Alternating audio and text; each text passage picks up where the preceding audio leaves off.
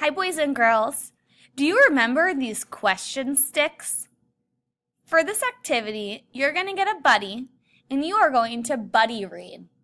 Make sure that when you're buddy reading, you're sitting elbow, elbow, knee to knee, and that you have a book that is on your reading level. When you're done reading, your partner will get the question sticks and will ask you questions. Who was in the story? Who are the characters? What happened in the story? What happened in the beginning, the middle, and the end? When did the story take place?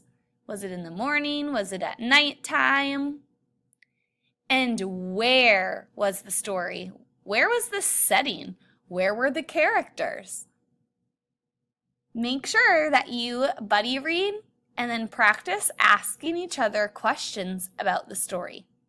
Have fun!